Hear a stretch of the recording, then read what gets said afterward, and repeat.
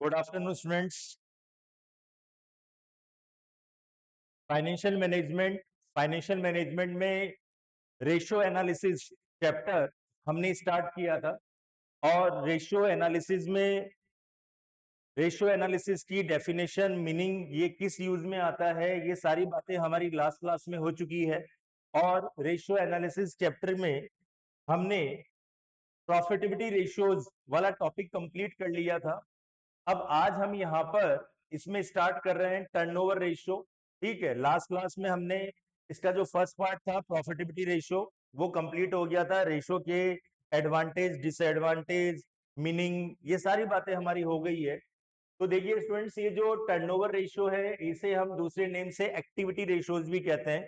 हमारे बिजनेस में जो भी रेगुलर बेसिस पे एक्टिविटीज होती है ना, उन एक्टिविटीज में जैसे रेगुलर बेसिस पे क्या क्या होता है। रेगुलर बेसिस पे हम गुड्स प्रोड्यूस करते हैं, गुड्स मैन्युफैक्चरिंग करते हैं, है ना। गुड्स के अंदर रेगुलर बेसिस पे हम क्या करते हैं, रॉ मटेरियल यूज करते हैं।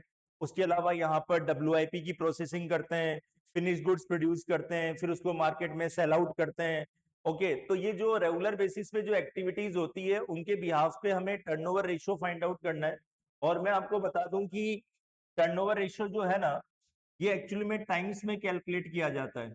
इसकी कैलकुलेशन किस में होती है? टाइम्स में होती है। जैसे इससे पहले का जो हमारा प्रॉफिटेबिलिटी रेशियो था ना, वो परसेंटेज में कैलकुलेट होता है, मतलब उसकी रेट्स वगैरह फाइंड आउट करनी होती है। लेकिन टर्नओवर रेशियो टाइम्स में कैलकुलेट होता है। अब जैसे टर्नओवर रेशियो जो है वो क्या इंडिकेट करता है? वो ये इंडिकेट करता है कि which capital employed is rotated in the business. मतलब हमने हमारे बिजनेस में, हमारी कंपनी में जो भी कैपिटल इन्वेस्ट किया है, उस कैपिटल अमाउंट को हम कैसे रोटेट करते हैं, उसे हम कैसे यूज में लेते हैं। ये टर्नओवर रेशियो उन चीजों को इंडिकेट करता है। अब उसके अंदर सबसे फर्स्ट आता है इन्वेंट्री टर्नओवर रेशियो। इन्वेंट्री, अब स्टूडेंट्स इन्वेंट्री की हम बात कर रहे हैं तो इन्वेंट्री को हम 3 पार्ट्स में डिवाइड करते हैं। Raw material, WIP, work in progress, finish goods, FG। ठीक है, ऐसे करके हम इन्वेंट्री को 3 पार्ट्स में डिवाइड करते हैं। अब यहाँ पर हमें इन्वेंट्री टर्नओवर रेशियो यदि कैलकुलेट करना है तो हमेशा ध्यान रखना कि यदि आपके पास क्वेश्चन में ये मेंशन नहीं है कि आपको इनमें से कौन सा इन्वेंट्री टर्नओवर रेशियो कैलकुलेट करना है, तो फिर उस केस में, क्वेश्चन के साइलेंट वाले केस में, हम यहाँ पर हमेशा बाय डिफॉल्ट यही एज्यूम करते हैं कि हमें finish goods inventory turnover ratio calculate करना है। अब जो फिनिश गुड्स है, उस फिनिश गुड्स को हमने बनाया। तो उस फिनिश गुड्स को यहाँ पर कैसे बनाया गया? सबसे पहले हमने रॉ मटेरियल परचेज किया, फिर रॉ मटेरियल को हमने कंज्यूम किया। उसे कंजप्शन पे हमारा लेबर एक्सपेंसेस हुआ, ओवरहेड एक्सपेंसेस हुआ। तो रॉ मटेरियल परचेज करने से लेकर फिनिश गुड्स को बनाने तक की जो भी हमारी कॉस्ट है, ठीक है, उसे हम कहते हैं कॉस्ट ऑफ प्रोडक्शन या फिर कॉस्ट ऑफ गुड्स सोल्ड। तो यहाँ पर फिनिश गुड्स टर्नओवर रेशियो आपका कॉस्ट ऑफ गुड्स सोल्ड के बेसिस पे कैलकुलेट होगा। मतलब उस फिनिश गुड्स को बनाने से लेकर सेलेबल कंडीशन तक लाने तक जो भी उस पर कॉस्ट इंकर्ड हो रही है, ठीक है, वो सारी कॉस्ट को जब हम ऐड कर देते हैं तो हमारे पास cost of goods sold calculate हो जाता है। अब कॉस्ट ऑफ गुड्स सोल्ड की कैलकुलेशन कैसे होती है वो भी मैंने यहाँ उसको एक्सप्लेन कर रखा है। Cost of goods sold 2 type से कैलकुलेट किया जाता है। पहला, फर्स्ट, नेट सेल्स में से या तो जीपी लेस कर देंगे। तो नेट सेल्स में से हम जीपी, ग्रॉस प्रॉफिट, लेस कर देंगे, उस गुड्स पे होने वाला प्रॉफिट हम लेस कर देंगे, तो हमारे पास उस गुड्स की कॉस्ट कैलकुलेट हो जाएगी कि जो भी गुड्स हम सेल कर रहे हैं उसकी कॉस्ट क्या है, cost of goods sold. Second, यदि यहाँ पर हमारे पास क्वेश्चन में आपके पास नेट सेल्स या जीपी नहीं है तो आप सेकेंड फॉर्मूला भी यूज में ले सकते हैं, opening stock plus net purchase plus direct expenses minus closing stock. इससे भी सीओजीएस कैलकुलेट हो जाता है। अब ये जो इन्वेंट्री टर्नओवर रेशियो है, इसका एक सिंपल फॉर्मूला यूज होता है, cost of goods sold divide average inventory. Average मतलब कि beginning of the year inventory कितना था और end of the year inventory कितना है। तो बिगनिंग का मतलब ओपनिंग इन्वेंट्री और एंड ऑफ द ईयर का मतलब क्लोजिंग। तो ओपनिंग और क्लोजिंग का हम जब एवरेज करेंगे तो कैसे करेंगे? Opening plus closing divide 2। लेकिन इससे क्या प्रेजेंट होता है, मतलब इन्वेंट्री टर्नओवर रेशियो से जो भी कैलकुलेशन होती है वो क्या इंडिकेट करता है? इन्वेंट्री टर्नओवर रेशियो ये इंडिकेट करता है कि हमारी कंपनी की जो भी एवरेज इन्वेंट्री, जो भी हम एवरेज इन्वेंट्री प्रोड्यूस कर रहे हैं, है ना। तो जैसे सपोज करना कि हमारी कंपनी का जो एवरेज इन्वेंट्री है वो 50,000 है।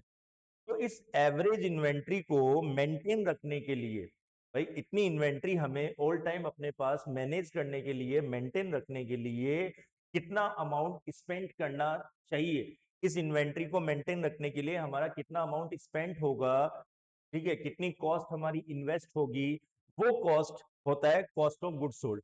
उस 50,000 रुपीज की इन्वेंट्री को मैनेज करने के लिए, मेंटेन रखने के लिए, सपोज कीजिए कि हमारा कॉस्ट ऑफ गुड्स सोल्ड जो कॉस्ट है वो इंकर्ड हो रही है 2 लाख रुपीज। ओके, तो अब 2 लाख रुपीज की कॉस्ट में जब हम एवरेज इन्वेंट्री का डिवाइडेशन करेंगे 2 लाख में 50,000 का, तो इससे कैलकुलेशन होगी 4 टाइम्स। क्या अमाउंट, क्या कैलकुलेट होगा? 4 टाइम्स। 4 टाइम्स का क्या मतलब हुआ? 4 टाइम्स का ये मतलब हुआ कि ऑल टाइम, एवरी टाइम 50,000 की इन्वेंट्री को मेंटेन रखने के लिए जो 2 लाख रुपीज हमारा अमाउंट स्पेंड हो रहा है, जो कॉस्ट इनकर्ड हो रही है, ठीक है, वो यहां पर एवरेज इन्वेंट्री से 4 टाइम्स, एवरेज इन्वेंट्री से वो कॉस्ट 4 टाइम्स एक्सीड है, ज्यादा है। ठीक है, तो यहां पर इन्वेंट्री टर्नओवर रेशियो ये इंडिकेट करता है कि भैया आपकी जो यहाँ पर एवरेज इन्वेंट्री को मेंटेन रखने के लिए जो कॉस्ट आपका इंकर्ड हो रहा है, वो आपकी इन एवरेज इन्वेंट्री से हाउ मेनी टाइम्स एक्सेस है, ज्यादा है, वो हमें एवरेज इन्वेंट्री टर्नओवर रेशियो से कैलकुलेट करना होता है। फिर उसके बाद में नेक्स्ट आता है, इन्वेंट्री के ही पार्ट्स हैं रॉ मटेरियल। ठीक है, अब रॉ मटेरियल यदि सपोज कीजिए क्वेश्चन में आपसे रॉ मटेरियल टर्नओवर रेशियो पूछा जाए या डब्ल्यूआईपी टर्नओवर रेशियो पूछा जाए, तो रॉ मटेरियल टर्नओवर रेशियो किसके बेसिस पे कैलकुलेट होगा? रॉ मटेरियल कंज्यूम के बेसिस पे, क्योंकि रॉ मटेरियल टर्नओवर रेशियो है, ओनली रॉ मटेरियल। तो रॉ मटेरियल को जो हम परचेज करते हैं, तो रॉ मटेरियल को क्यों परचेज किया जाता है? रॉ मटेरियल परचेज किया जाता है कंजप्शन के लिए, यूज में लेने के लिए। तो उसकी जो कंजप्शन कॉस्ट है, रॉ मटेरियल को जब हम यूज में लेते हैं, रॉ मटेरियल परचेज होता है पहले, फिर उसको स्टोर में स्टोरेज किया जाता है, फिर स्टोर से वो फैक्ट्री में यूज लाने के लिए, यूज में लाने के लिए क्या करते हैं, उसको फैक्ट्री में इशू करते हैं। तो फैक्ट्री में जो रॉ मटेरियल आपका यूज में लिया जाता है, उसकी रॉ मटेरियल कंजप्शन जो कॉस्ट है, उस रॉ मटेरियल कंजप्शन कॉस्ट पे हम raw material inventory turnover ratio calculate करेंगे। Raw material consume divide average raw material inventory. तो हमारा एवरेज रॉ मटेरियल जो हम मेंटेन करके रखते हैं, उसे मेंटेन करने में हमारी जो raw material cost, consume cost incurred होती है, वो कितने टाइम्स एक्सेस है एवरेज रॉ मटेरियल इन्वेंट्री से। तो इससे हमारा raw material inventory turnover ratio easily calculate हो जाता है। फिर आता है WIP inventory turnover ratio. WIP मतलब इनकम्प्लीट गुड्स, रॉ मटेरियल को हम कंज्यूम कर चुके हैं, उससे प्रोसेसिंग हो गई, लेकिन वो प्रोसेसिंग इनकम्प्लीट है, जिसकी वजह से वो क्या हो गया, इनकम्प्लीट गुड्स में आ गया। अब डब्ल्यूआईपी को हम क्या करते हैं, डब्ल्यूआईपी को हम फिनिश गुड्स में कन्वर्ट करेंगे। भाई डब्ल्यूआईपी को तो हम उस सिचुएशन में, उस कंडीशन में सेल कर नहीं सकते जब तक वो फिनिश गुड्स नहीं बन जाता, कंप्लीट नहीं हो जाता। तो डब्ल्यूआईपी के ऊपर जो भी डब्ल्यूआईपी पे कहाँ तक की कॉस्ट इंकर्ड होती है, डब्ल्यूआईपी पे हमारी फैक्ट्री तक की कॉस्ट इंकर्ड होती है, जिसे हम कॉस्ट ऑफ प्रोडक्शन कहते हैं। तो एवरेज डब्ल्यूआईपी का टर्नओवर रेशियो हमें किस पे कैलकुलेट करना है? जो भी एवरेज डब्ल्यूआईपी हम मेंटेन करके रखते हैं, उसमें हमारी जो कॉस्ट इंकर्ड होती है उसे हम कॉस्ट ऑफ प्रोडक्शन कहते हैं। और इस रेशियो से हमें क्या मालूम चलता है? इस रेशियो से ये मालूम चलता है कि जो एवरेज डब्ल्यूआईपी है, जिसपे हमारी कॉस्ट ऑफ प्रोडक्शन जो इंकर्ड हुई है कॉस्ट, वो कॉस्ट हमारी एवरेज इन्वेंट्री से कितने टाइम्स ज्यादा है, हाउ मेनी टाइम्स वो एक्सेस है, ये हमें डब्ल्यूआईपी इन्वेंट्री टर्नओवर रेशियो से मालूम चलता है। चलिए, फिर उसके बाद में आता है रिसीवेबल टर्नओवर रेशियोज। अब स्टूडेंट्स रिसीवेबल्स की हम बात करें, तो रिसीवेबल्स में हम डेटर्स और बिल्स रिसीवेबल्स को इंक्लूड करते हैं। रिसीवेबल्स में एक तो आते हैं हमारे सन्ड्री डेटर्स, और एक आता है हमारा बिल्स रिसीवेबल, बीआर। अब इसके भी दो पार्ट है, एक तो है डेटर टर्नओवर रेशियो मतलब रिसीवेबल टर्नओवर रेशियो, और सेकंड आता है हमारा यहाँ पर कि रिसीवेबल कलेक्शन पीरियड, मतलब डेटर कलेक्शन पीरियड भी बोल सकते हैं उससे हम। चलिए, तो ये जो हमारा डेटर टर्नओवर रेशियो है, तो डेटर्स और बिल्स रिसीवेबल, ये दोनों दोनों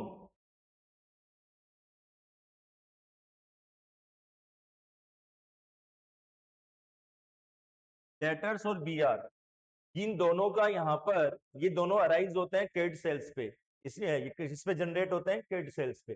भाई हम यहाँ पर जो भी इन्वेंट्री प्रोड्यूस कर रहे हैं, फिनिश गुड्स बना रहे हैं, जब उसे हम मार्केट में क्रेडिट में सेल करेंगे तो जिन कस्टमर्स को हम क्रेडिट में सेल करते हैं वो हमारे डेटर्स होते हैं, और हमने उनके ऊपर कोई बिल ड्रॉ किया है तो वो हमारा बीआर होता है। ठीक है, तो इसका मतलब ये हुआ कि डेटर टर्नओवर रेशियो की कैलकुलेशन किस पे होगी, क्रेडिट सेल्स पे होगी।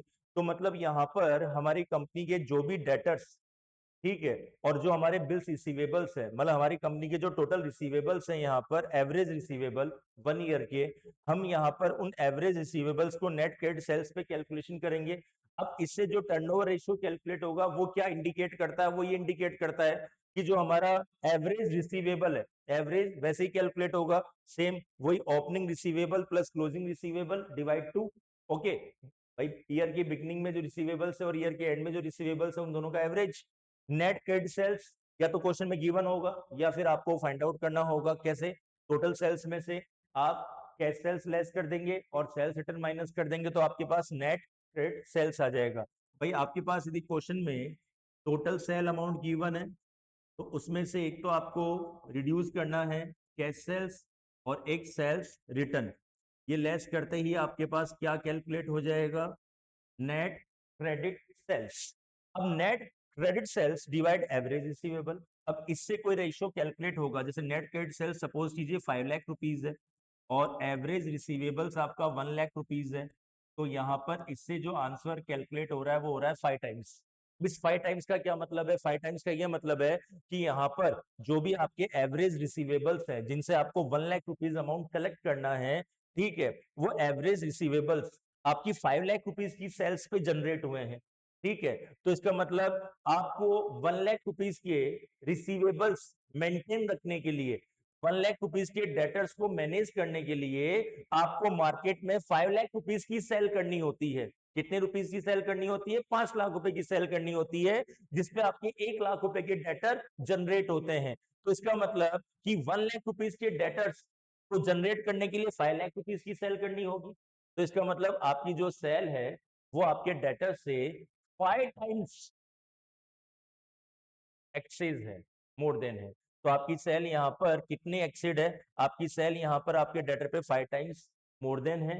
तो आपकी यहाँ पर ये इंडिकेट करता है कि भैया 1 लाख रुपए के डेटर रिसीवेबल के लिए आपको कितने अमाउंट का सेल करना होगा क्रेडिट में। ठीक है, तो आपको यहाँ पर 1 लाख रुपीज के डेटर्स के लिए 5 टाइम्स एक्स्ट्रा एडिशनल आपको सेल करनी होगी, है ना। तो 5 टाइम्स एक्सेस आपको सेल करनी होगी 1 लाख रुपीज के डेटर्स को मैनेज करने के लिए, मेंटेन करने के लिए। फिर उसके बाद में नेक्स्ट आता है स्टूडेंट्स, इसी का second part debtor collection period.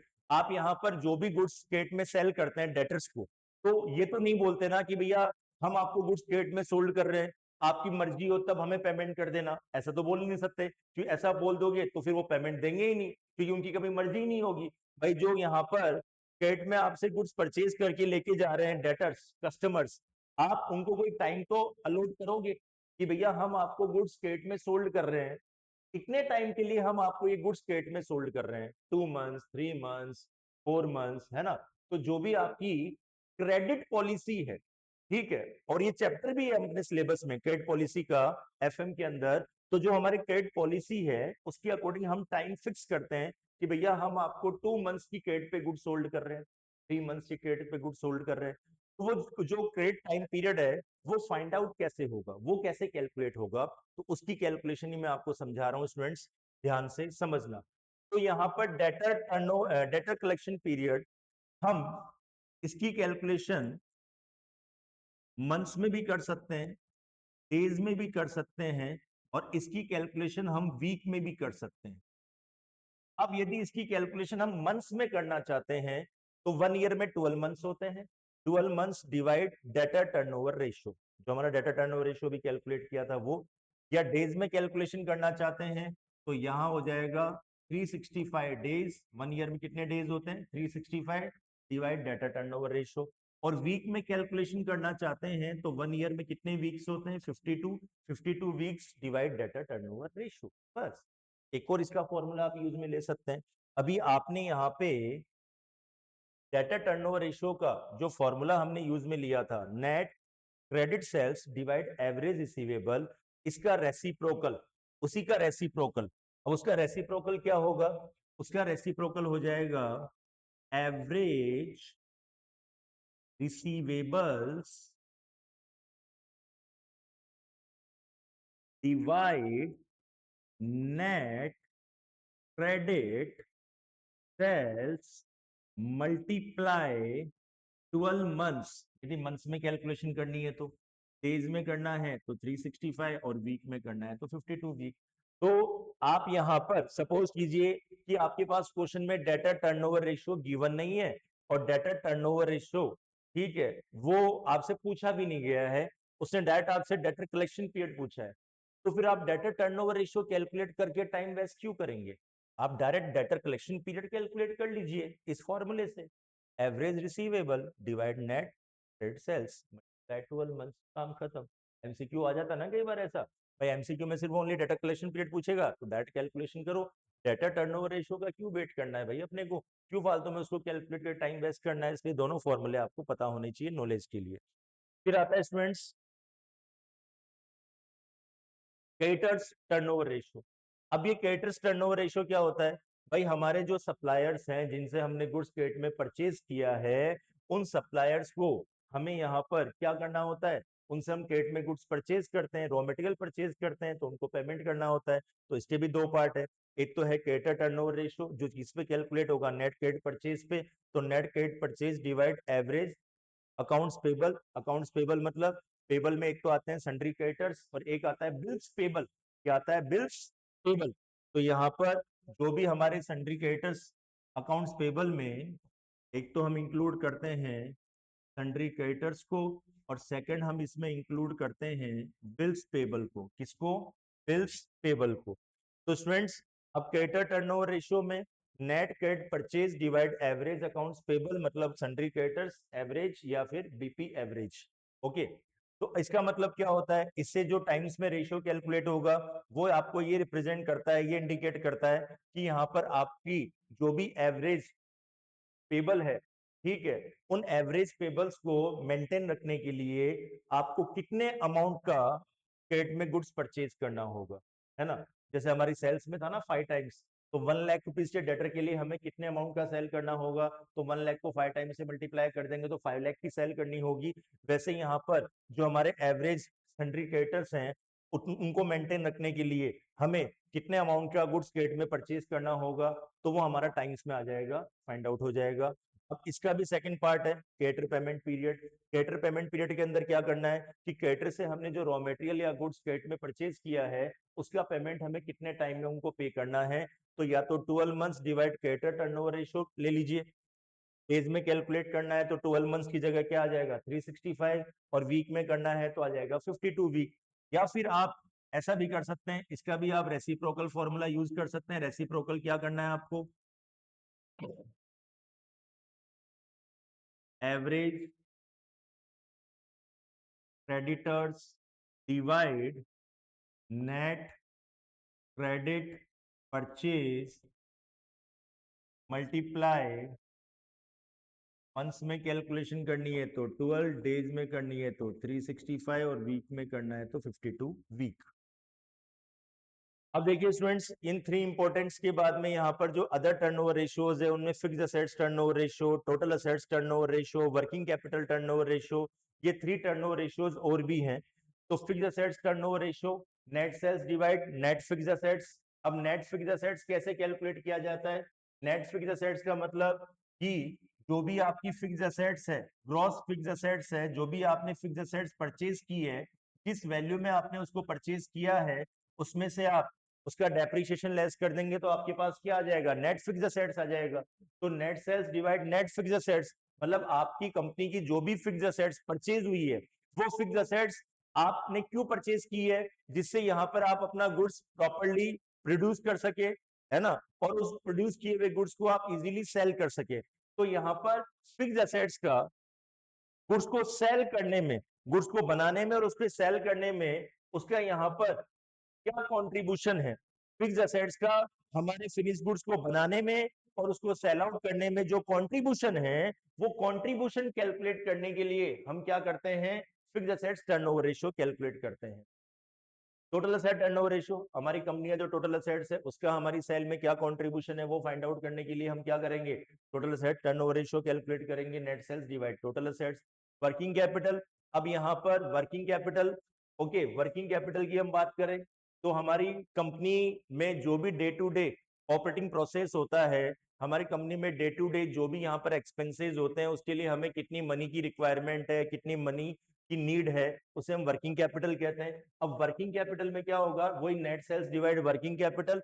तो मतलब कि यहाँ पर जो हम वर्किंग कैपिटल इन्वेस्ट कर रहे हैं हमारी कंपनी के ऑपरेटिंग प्रोसेस में, ऑपरेटिंग साइकिल में, जो भी अमाउंट हम इन्वेस्ट कर रहे हैं यहाँ पर, उस इन्वेस्टमेंट का हमारी सेल में क्या कंट्रीब्यूशन है, उस इन्वेस्टमेंट से, उस वर्किंग कैपिटल अमाउंट इन्वेस्ट करने से आपकी सेल में क्या ग्रोथ होगी, क्या इंक्रीमेंट होगा, क्या कंट्रीब्यूशन होगा, ये आपको इंडिकेट करता है working capital turnover ratio.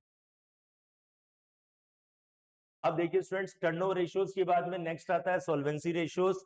Total 4 type ratios को हम टोटल क्लासिफाई करते हैं 4 पार्ट्स में, जिसमें फर्स्ट था हमारा प्रॉफिटेबिलिटी, सेकंड था हमारा टर्नओवर रेशियो मतलब एक्टिविटी रेशियोज, अब थर्ड है सॉल्वेंसी रेशियो, एंड फोर्थ आता है पे out ratios. Solvency ratio, solvency का नेम सुना होगा, सॉल्वेंट, इंसॉल्वेंट वगैरह ऐसी कुछ बातें हमने सुनी होगी स्टूडेंट्स, ठीक है। अब सॉल्वेंट मतलब, सॉल्वेंट कौन होता है, सॉल्वेंट वो पर्सन होता है जो अपनी लाइबिलिटी पे करने के लिए कैपेबल होता है, इंसॉल्वेंट वो होता है जो अपनी लाइबिलिटी पे करने के लिए कैपेबल नहीं होता है। तो स्टूडेंट्स, हमारी जो कंपनी है उसका सॉल्वेंसी रेशियो हमें फाइंड आउट करना है, मतलब हमारी कंपनी की जो लाइबिलिटीज है, हमारी कंपनी की जो फाइनेंशियल पोजीशन है, उसी से मालूम चलता है कि हमारी कंपनी की फाइनेंशियल पोजीशन स्ट्रॉन्ग है, वीक है, एवरेज है ना, किससे, बैलेंस शीट से मालूम चलता है। तो यहाँ पर हमारी कंपनी की जो फाइनेंशियल पोजीशन है,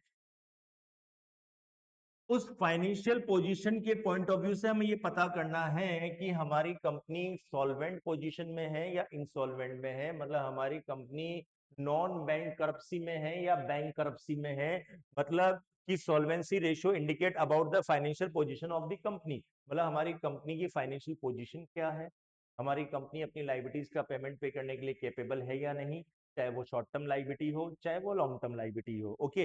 इसलिए हम सॉल्वेंसी रेशियोज को भी 2 पार्ट्स में डिवाइड करते हैं, एक होता है लॉन्ग टर्म सॉल्वेंसी, दूसरा होता है शॉर्ट टर्म सॉल्वेंसी।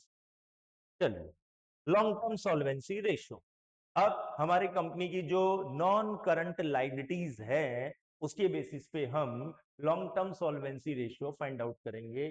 तो हमारी कंपनी की जितनी भी नॉन करंट लाइबिलिटीज है, जो भी हमारी कंपनी की नॉन करंट लाइबिलिटीज है, जिसमें हमारे डेप्ट, हमारी इक्विटी, इन सब के बारे में बात होती है। तो सबसे पहला है डेप्ट इक्विटी रेशियो। हमें सबसे first long term solvency ratio में हमारी कंपनी के डेप्ट और इक्विटी के बीच में कंपैरिजन करना है। इसके बीच में कंपैरिजन करना है, डेप्ट और इक्विटी। अब डेप्ट, डेप्ट के अंदर हम बात करें स्टूडेंट्स, तो डेप्ट के अंदर हम लॉन्ग टर्म डेप्ट, डेप्ट भी 2 टाइप्स के होते हैं, एक होता है लॉन्ग टर्म डेप्ट, एक होता है शॉर्ट टर्म डेप्ट, एक होता है लॉन्ग टर्म डेप्ट, एक होता है शॉर्ट टर्म डेप्ट। ये 2 टाइप के डेप्ट होते हैं, ठीक है। लॉन्ग टर्म डेप्ट का मतलब नॉन करंट लाइबिलिटीज, ठीक है। लॉन्ग टर्म डेप्ट मतलब आपने यदि अबाउट 12 मंथ्स के लिए कोई लोन लिया है, कोई अमाउंट बोरो किया है तो वो लॉन्ग टर्म डेप्ट है, और विद इन 12 मंथ्स के लिए आपने कोई लोन लिया, कोई अमाउंट बोरो किया तो वो शॉर्ट टर्म डेप्ट है। लेकिन हम लॉन्ग टर्म सॉल्वेंसी रेशियो के बारे में बात कर रहे हैं, तो लॉन्ग टर्म सॉल्वेंसी रेशियो में सिर्फ लॉन्ग टर्म डेप्ट को ही हम यूज करेंगे, शॉर्ट टर्म को नहीं। हाँ, क्वेश्चन में वो बोल दे, स्पेसिफिक कुछ ऐसी इंफॉर्मेशन दे दे कि भैया शॉर्ट टर्म को भी लेना है, तब तो लेना ही है, लेकिन कुछ नहीं बोलेगा तो हमेशा हमें लॉन्ग टर्म डेप्ट ही यूज करना है। तो यहाँ डेप्ट इक्विटी रेशियो में हमें हमारी कंपनी के लॉन्ग टर्म डेप्ट और इक्विटी के बीच में कंपैरिजन करना है। और ये सॉल्वेंसी रेशियोज जो होते हैं स्टूडेंट्स, ये न तो टाइम्स में कैलकुलेट होते हैं, न ये परसेंटेज में कैलकुलेट होते हैं, ये रेशियो के फॉर्मेट में ही कैलकुलेट होते हैं। तो डेप्ट इक्विटी रेशियो में हमें लॉन्ग टर्म डेप्ट और हमारी कंपनी का इक्विटी, इक्विटी का मतलब है शेयर होल्डर फंड, ठीक है। शेयर होल्डर फंड में हम इंक्लूड करते हैं कंपनी की शेयर कैपिटल, शेयर होल्डर्स का मतलब शेयर कैपिटल से है, और रिजर्व एंड सरप्लस फंड्स का मतलब रिजर्व एंड सरप्लस से, ओके। तो शेयर होल्डर फंड्स, तो यहाँ पे हम लॉन्ग टर्म डेप्ट और शेयर होल्डर फंड के बीच में कंपैरिजन करेंगे कि हमारी कंपनी के जो भी लॉन्ग टर्म डेप्ट है, ठीक है, उसका हम कंपैरिजन कर रहे हैं शेयर होल्डर फंड के साथ, कि हमारी कंपनी का जो लॉन्ग टर्म डेप्ट है वो शेयर होल्डर फंड से कितना एक्सेड है, ज्यादा है। ठीक है, ये हम पता करते हैं भाई। इतना ही पता करना है कि कंपनी की जो शेयर होल्डर फंड्स है ना, कंपनी के अंदर जो भी टोटल शेयर होल्डर्स का फंड है, क्या वो हमारे लॉन्ग टर्म डेप्ट को पे करने के लिए कैपेबल है या नहीं है। इसका हमें मालूम कहां से चलता है, डेप्ट इक्विटी रेशियो से। फिर second, proprietary ratio. Proprietary ratio को हम दूसरे नेम से बोलते हैं शेयर होल्डर फंड रेशियो। इसका दूसरा नेम है, इसे हम शेयर होल्डर प्रोप्राइटरीज को, प्रोप्राइटर कौन होते हैं, प्रोप्राइटर होते हैं हमारी कंपनी के शेयर होल्डर, तो इसलिए हम इसको शेयर होल्डर फंड रेशियो भी कहते हैं स्टूडेंट्स। तो प्रोप्राइटरी रेशियो में हमें क्या करना है, हमारी कंपनी का जो शेयर होल्डर फंड है उसका हमें हमारी कंपनी की टोटल टेंजिबल असेट्स के साथ कंपैरिजन करना है। ठीक है, तो यहाँ पर share holder fund total tangible assets मतलब इसमें इंटेंजिबल असेट्स को इंक्लूड नहीं करेंगे, गुडविल, ट्रेडमार्क, कॉपीराइट इनको शामिल नहीं करेंगे। A high proprietary ratio will indicate a relatively little danger to the creditors। यदि हमारी कंपनी का प्रोप्राइटरी रेशियो हाई है, ज्यादा आ रहा है, तो मतलब वो क्रेडिटर्स के लिए डेंजर है, सप्लायर्स के लिए डेंजर है। मतलब फिर हम सप्लायर से क्रेडिट में गुड्स कम से कम परचेज करेंगे। लेकिन यदि हमारा यहाँ पर जो प्रोप्राइटरी रेशियो है वो लो है, कम आ रहा है, तो इसका मतलब हमारी कंपनी कभी भी वाइंड अप हो सकती है, हमारी कंपनी कभी भी बंद हो सकती है, वो हमारे लिए डेंजर है। मतलब प्रोप्राइटरी रेशियो हाई होना क्रेडिटर्स के लिए डेंजर है, लेकिन लो होना हमारे लिए डेंजर है। ये बात आपको ध्यान रखनी है। फिर आता है कैपिटल गियरिंग रेशियो। अब स्टूडेंट्स कैपिटल गियरिंग रेशियो की हम बात करें तो कैपिटल गियरिंग रेशियो में हमें क्या कंपैरिजन करना है, कैपिटल गियरिंग रेशियो में हमें हमारी कंपनी के जो फिक्स चार्जेस हैं, कौन से charges, fix charges and variable charges के बीच में कंपैरिजन करना है, फिक्स और वेरिएबल चार्जेस के बीच में कंपैरिजन करना है।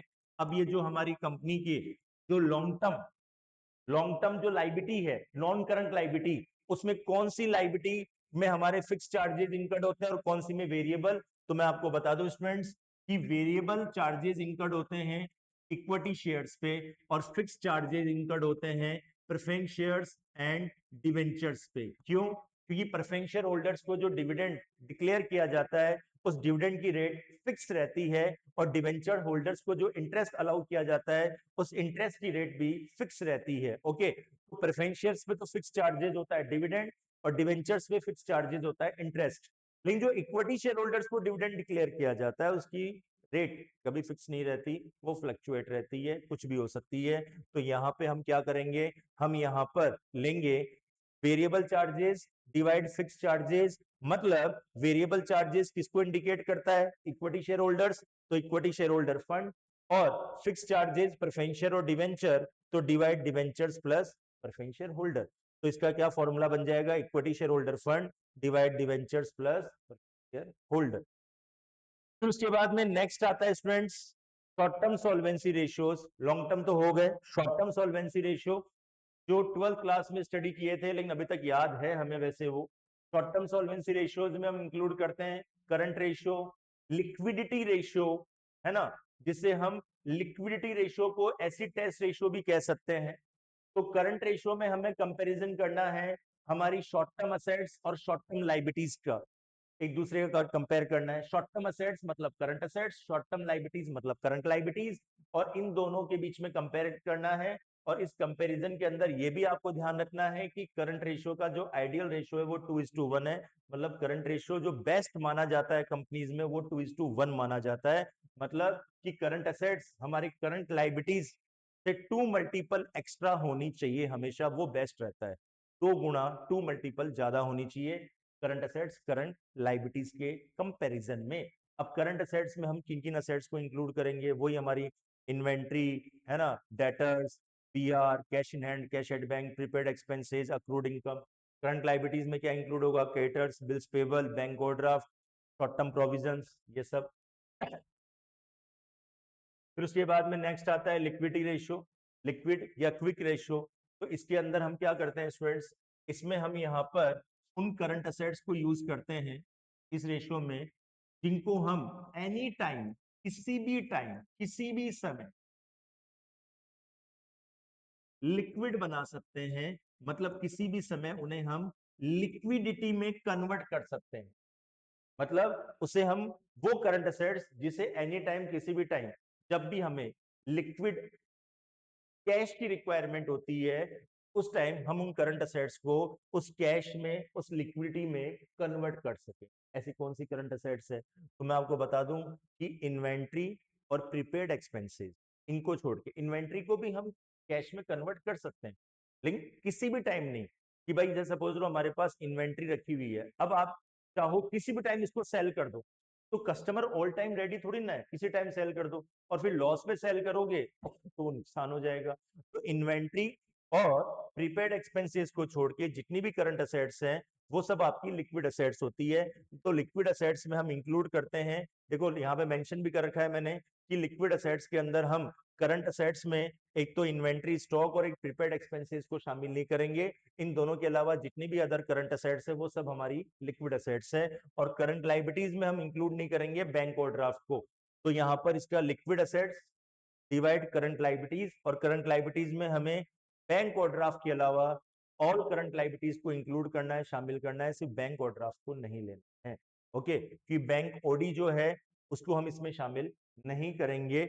बाकी उसके अलावा हम कुछ भी ले सकते हैं कि बैंक ओडी का मतलब जानते ही हो कि हमारा जो बिजनेस का कंपनी का जो करंट अकाउंट है उस पर हमें बैंक ओडी मिलता है ना। और बैंक ओडी जो है वो बार बार चेंज होता रहता है, वो आपकी ट्रांजेक्शन्स पे डिपेंड करता है कि आपको कितना बैंक ओडी दे रहा है, ओवरड्राफ्ट दे रहा है। तो हम यहाँ पर करंट लाइबिलिटीज में बैंक ओडी को इंक्लूड नहीं करते। और लिक्विड असेट जब हम कैलकुलेट करेंगे तो हम करंट असेट्स में क्या इंक्लूड नहीं करेंगे, स्टॉक और प्रीपेड एक्सपेंसेस को शामिल नहीं करेंगे। और इसका जो आइडियल रेशियो 1:1 होता है, मतलब दोनों बराबर होने चाहिए, वो हमारी कंपनी के लिए बेस्ट है। फिर ये कुछ न्यू रेशियोज हैं, ठीक है, न्यू तो नहीं है, जैसे फिक्स चार्जेस कवर रेशियो ये हमने पढ़ा हुआ है। इसका दूसरा नेम होता है इंटरेस्ट कवरेज रेशियो। कौन सा रेशियो? Interest coverage ratio. और ये टाइम्स में कैलकुलेट होता है स्टूडेंट्स, इंटरेस्ट कवरेज रेशियो, और ये टाइम्स में इसकी कैलकुलेशन होती है, इंटरेस्ट कवरेज रेशियो।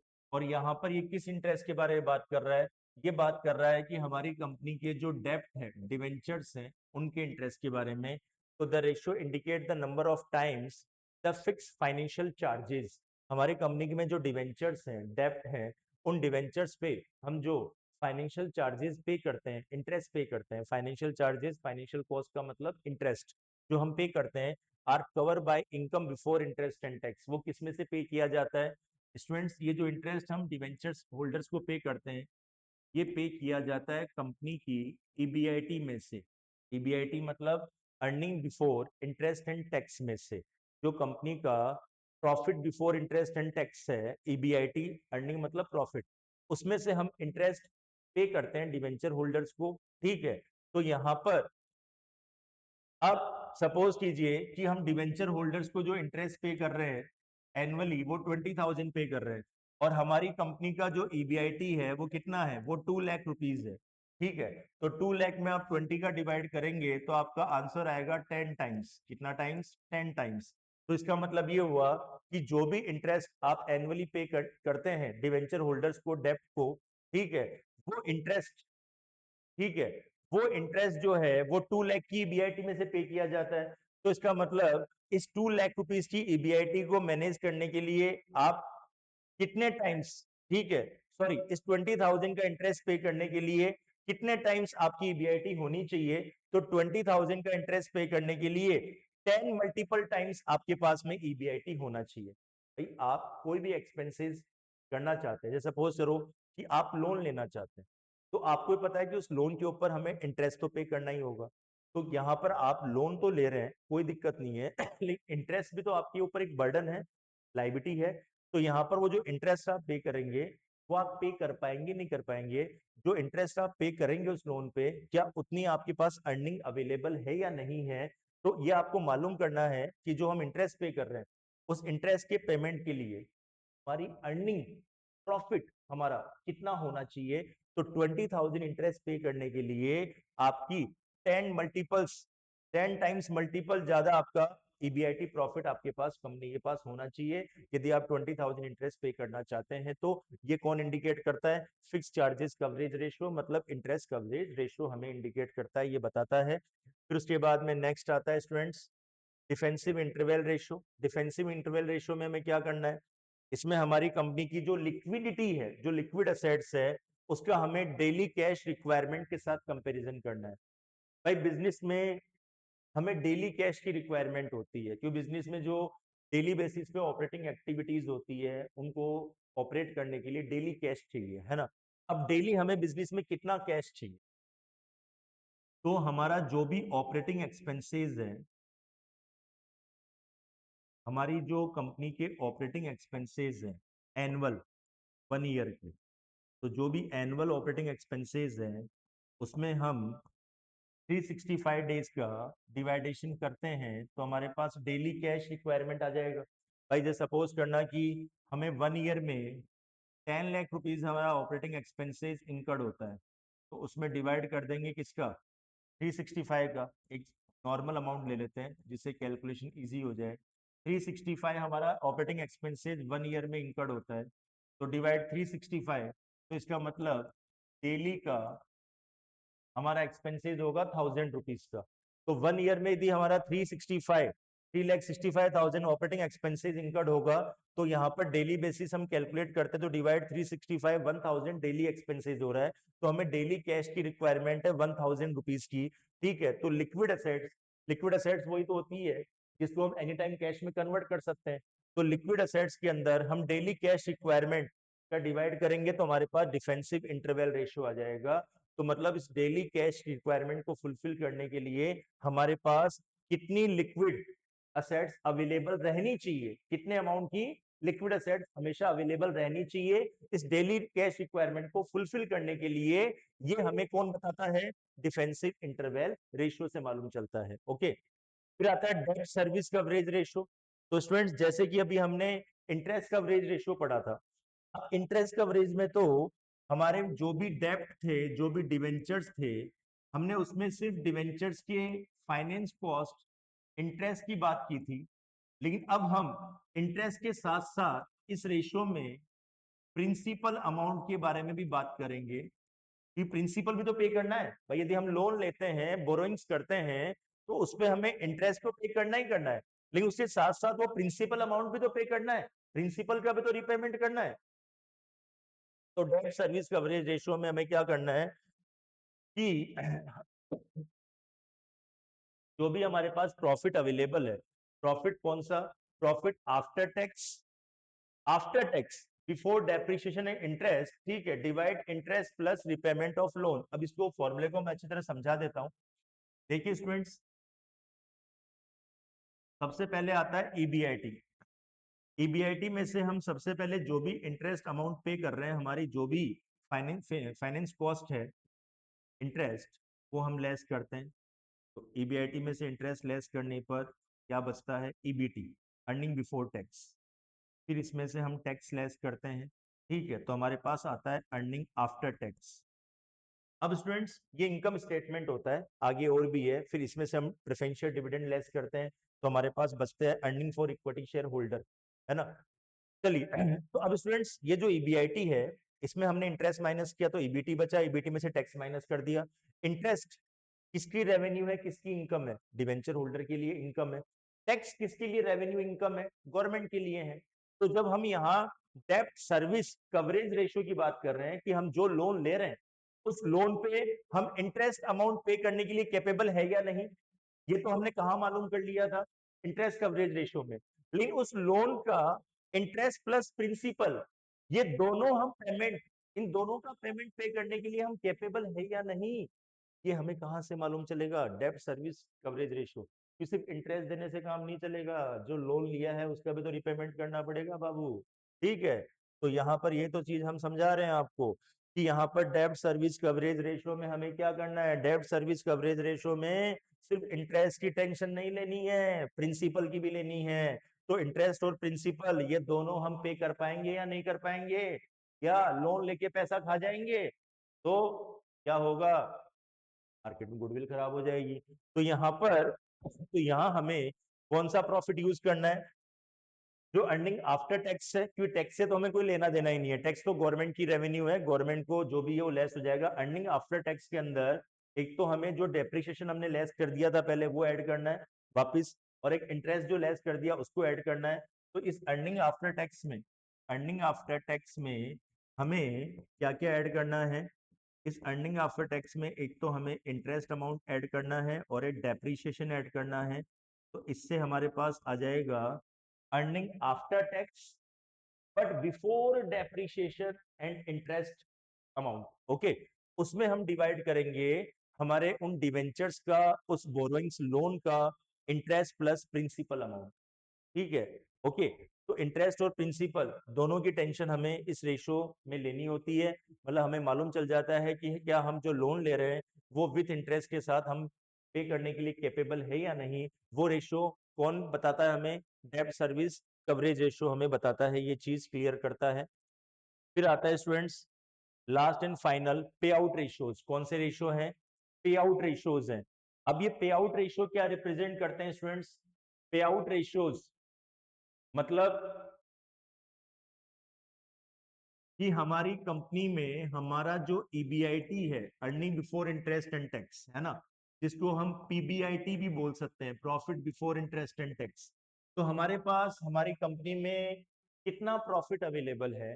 क्यों प्रॉफिट के बारे में क्यों पूछा आपने?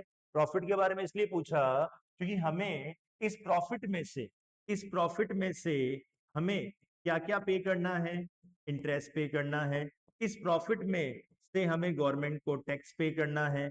इस प्रॉफिट में से हमें शेयर होल्डर्स को डिविडेंड पे करना है। तो यहाँ पर हमें अपने शेयर होल्डर्स को इस प्रॉफिट में से कितना डिविडेंड पे करना है? ठीक है ना? इस प्रॉफिट में से डिविडेंड पे करने के बाद हमारे पास जो भी रिटेन प्रॉफिट, रिमेनिंग प्रॉफिट बचेगा वो कितना बचेगा? इन सबकी कैलकुलेशन हम करते हैं किसमें? पे आउट रेशियो में। तो पे आउट रेशियो में सबसे फर्स्ट है आपका price earning ratio. Price earning ratio. अब स्टूडेंट्स प्राइस अर्निंग रेशियो से पहले मैं आपको बता दूं कि प्राइस अर्निंग रेशियो से पहले इंपॉर्टेंट है आपके लिए ईपीएस। क्या इंपॉर्टेंट है? ईपीएस समझना ध्यान से। अभी मैंने क्या बताया था आपको कि ईबीआईटी में से जो हमारा इनकम स्टेटमेंट है उसमें से हम सबसे पहले क्या लेस करते हैं? इंटरेस्ट। सबसे पहले हम इंटरेस्ट देंगे तो हमारे पास बचेगा ईबीटी। फिर हम इसमें से लेस करेंगे टैक्स, तो हमारे पास बचता है अर्निंग आफ्टर टैक्स। अब इसमें से हम प्रेफरेंस शेयर्स यदि हैं कंपनी में तो उनको डिविडेंड पे कर देंगे। तो हमारे पास लास्ट में बचेगा earning for equity share holder. Equity share holders के लिए हमारे पास लास्ट में अर्निंग बचेगी, और इस earning for equity share holder में हम नंबर ऑफ इक्विटी शेयर का डिवाइडेशन करेंगे तो हमारे पास कैलकुलेट होता है ईपीएस, अर्निंग पर शेयर। जैसे एग्जांपल कि earning for equity share holder हमारे पास बचा है 2 लाख। तो मतलब जितने भी इक्विटी शेयर होल्डर्स है कंपनी में उनकी टोटल अर्निंग है 2 लाख रुपीज, उन सबकी टोटल अर्निंग।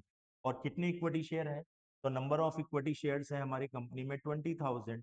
तो सिंगल वन इक्विटी शेयर की अर्निंग क्या हुई? सिंगल वन इक्विटी शेयर की अर्निंग हुई है 10 रुपीज। मतलब एक इक्विटी शेयर होल्डर को हमारी कंपनी में 10 रुपए का प्रॉफिट हो रहा है। कितने का? 10 रुपए। इसे हम कहते हैं ईपीएस, अर्निंग पर शेयर। तो हमारे जो शेयर्स की मार्केट प्राइस और अर्निंग पर शेयर है, तो हमें ये मालूम करना है कि हमारी कंपनी जो अर्निंग कर रही है पर शेयर, सिंगल वन शेयर पे, तो मार्केट प्राइस के बेसिस पे जो कंपनी की प्राइजेस फ्लक्चुएट होती है मार्केट में, एक तो होती है book value balance sheet price, एक होती है मार्केट प्राइस। मार्केट में शेयर्स की प्राइस क्या होती है? डेली बेसिस पे फ्लक्चुएट होती है, चेंज होती है। तो मार्केट प्राइस के बेसिस पे हमें हमें कितना प्रॉफिट हो रहा है सिंगल वन शेयर होल्डर को, मार्केट प्राइस के बेसिस पे जो अर्निंग हो रही है, प्रॉफिट हो रहा है, वो होता है प्राइस अर्निंग रेशियो। जैसे अर्निंग पर शेयर आया 10 रुपए, और सपोज लो शेयर्स की मार्केट प्राइस जो है वो है 50 रुपीज, तो प्राइस अर्निंग रेशियो आएगा हमारा 5। कितना आ जाएगा? 5। तो इसका मतलब ये हुआ कि यहाँ पर कंपनी की जो मार्केट प्राइस है वो अर्निंग पर शेयर से 5 मल्टीपल एक्सीड है, ज्यादा है, 5 गुना ज्यादा है। ठीक है, तो इसका मतलब कि यहाँ पर जो कंपनी के शेयर होल्डर्स को जो अर्निंग हो रही है, उस अर्निंग के ऊपर कंपनी के शेयर्स की मार्केट प्राइस कितना मल्टीपल मोर देन है, 5 मल्टीपल्स हायर है, मोर देन है, ये हमें इंडिकेट करता है प्राइस अर्निंग रेशियो हमारी अर्निंग और मार्केट प्राइस के कंपैरिजन से। ओके, शेयर होल्डर के लिए काफी यूजफुल चीजें ही है, ट्रेडर्स के लिए भी, जो भी शेयर मार्केट में ट्रेडर है उनके लिए भी। फिर मार्केट वैल्यू और बुक वैल्यू, मार्केट वैल्यू और बुक वैल्यू मतलब बताया था book value balance sheet value, तो मार्केट वैल्यू और बुक वैल्यू का हमें इसमें कंपैरिजन करना है कि हमारी मार्केट में जो शेयर्स की प्राइस है वो बुक वैल्यू से कितना एक्सीड है, ज्यादा है, एक्सेस है ना। फिर आता है टॉबिंग्स क्यू। अब टॉबिंग्स क्यू क्या एक्सप्लेन करता है स्टूडेंट्स, टॉबिंग्स क्यू ये एक्सप्लेन करता है कि is the ratio of market value of firm assets equity and debt to its assets replacement cost। मतलब कि हमारी कंपनी के अंदर जो भी असेट्स जिसको हम रिप्लेस करना चाहते हैं, कोई असेट्स पुरानी हो गई, हम उसको चेंज करना चाहते हैं, नई लाना चाहते हैं, तो उस असेट्स की मार्केट वैल्यू क्या है और उसकी रिप्लेसमेंट कॉस्ट किस प्राइस में हम उसको रिप्लेस कर रहे हैं। जैसे एग्जांपल कि हमारे पास में कोई असेट्स है, ठीक है, और उस असेट्स की यहाँ पर रिप्लेसमेंट कॉस्ट, अब उसे हमने 5-10 साल यूज कर लिया, तो उसे हम रिप्लेस कर रहे हैं, उसकी रिप्लेसमेंट कॉस्ट है हमारी 20,000 में रिप्लेस कर रहे हैं, मतलब इसके बदले में हमें 20,000 रुपये मिल जाएंगे इस असेट्स को रिप्लेस करने के बदले में। और मार्केट वैल्यू जो है वो है 50,000। यदि हम ये नई असेट्स परचेज करते हैं तो इसकी मार्केट वैल्यू 50,000 रुपए। तो यहाँ पर इसका मतलब कि 50,000 डिवाइड 20,000, 50 डिवाइड 20, तो ये कितना हो जाएगा 2.5। तो टॉबिन्स क्यों ये एक्सप्लेन करता है कि यहाँ पर जो भी असेट्स आप रिप्लेस करना चाहते हैं, पुरानी की जगह नई लाना चाहते हैं, ठीक है, उसके लिए आपको रिप्लेसमेंट कॉस्ट से 2.5 मल्टीपल ज्यादा अमाउंट इन्वेस्ट करना होगा, कई गुना ज्यादा पैसा इन्वेस्ट करना होगा पुराने वाली मशीन की रिप्लेसमेंट कॉस्ट से।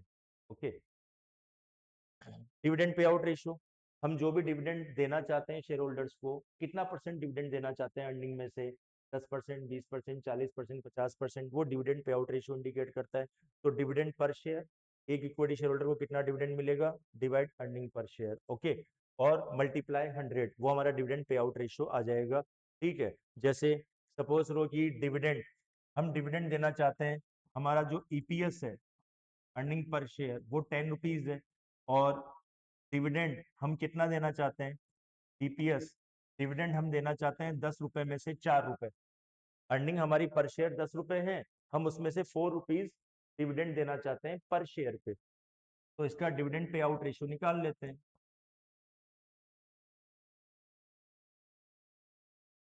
कितना आ गया, 40%। भाई डीपीएस डिविडेंड पर शेयर 4 रुपए, अर्निंग पर शेयर 10 रुपए, तो हम 10 में से 4 रुपए डिविडेंड देना चाहते हैं, तो कितना परसेंट डिविडेंड देना चाहते हैं, 40%, खत्म। फिर उसके बाद डिविडेंड यील्ड रेशियो, अब हम जो भी डिविडेंड देना चाहते हैं अर्निंग में से, उसका मार्केट प्राइस के बेसिस पे परसेंटेज फाइंड आउट करना है। तो अब से सपोज कीजिए कि हमारी जो अर्निंग थी, हमारा जो ईपीएस था, वो तो 10 रुपीज था, है ना, और हम डिविडेंड कितना देना चाहते थे, 4 रुपए, लेकिन इस शेयर की मार्केट जो प्राइस है वो 50 रुपीज है, कितनी है, 50 रुपए। तो अब डिविडेंड यील्ड रेशियो के लिए हम क्या करेंगे, डिविडेंड यील्ड रेशियो के लिए हम 4/50 मल्टीप्लाई 100 करेंगे। ठीक है, तो 4/50 मल्टीप्लाई 100 करोगे,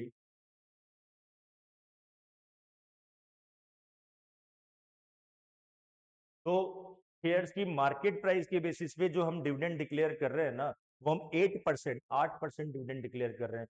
तो अर्निंग पर शेयर के हिसाब से तो हम 40% डिविडेंड दे रहे हैं, लेकिन मार्केट प्राइस तो हमारी अर्निंग पर शेयर से काफी ज्यादा है, अर्निंग तो हमें 10 रुपए हो रही है, लेकिन मार्केट में प्राइस चल रही है 50 रुपए शेयर्स की। ठीक है, तो यहाँ पर मार्केट प्राइस के बेसिस पे हम जो डिविडेंड डिक्लेयर कर रहे हैं वो कितना परसेंट कर रहे हैं, 8%, और अर्निंग के बेसिस पे हम डिविडेंड डिक्लेयर कर रहे थे, डिविडेंड पे आउट रेशियो में वो कितना परसेंट कर रहे थे, 40%। तो ये दोनों में डिफरेंस है स्टूडेंट्स। तो स्टूडेंट्स ये नॉर्मल जो भी हमारे रेशियोज थे, 4 टाइप्स के, प्रॉफिटेबिलिटी, उसके अलावा आपका टर्नओवर रेशियो, एक्टिविटी रेशियो जिसको बोलते हैं, सॉल्वेंसी रेशियो, पे आउट रेशियो, ये सब बातें हो गई है। अब इसके बाद में आगे एक तो हमारा ऑल्टमैन जेड स्कोर, और फिर उसके बाद में इसके क्वेश्चंस हैं जो हम नेक्स्ट क्लास में स्टार्ट करेंगे। ठीक है, तो अभी नेक्स्ट क्लास में हम इसको फिनिश कर देंगे। ओके, तो अब नेक्स्ट क्लास में हम यहाँ पर ऑल्टमैन जेड स्कोर इंपॉर्टेंट है, एक दो बार क्वेश्चन एग्जाम में आया हुआ भी यहाँ पर ऑल्टमैन का जेड स्कोर का, वो भी फाइनेंशियल पोजीशन पे बेस है। और इसके जो क्वेश्चंस है हमारे, है ना, PYQ extra questions practice questions, वो भी हम करेंगे अगली क्लास में। ठीक है स्टूडेंट्स, मिलते हैं नेक्स्ट क्लास में। Thank you.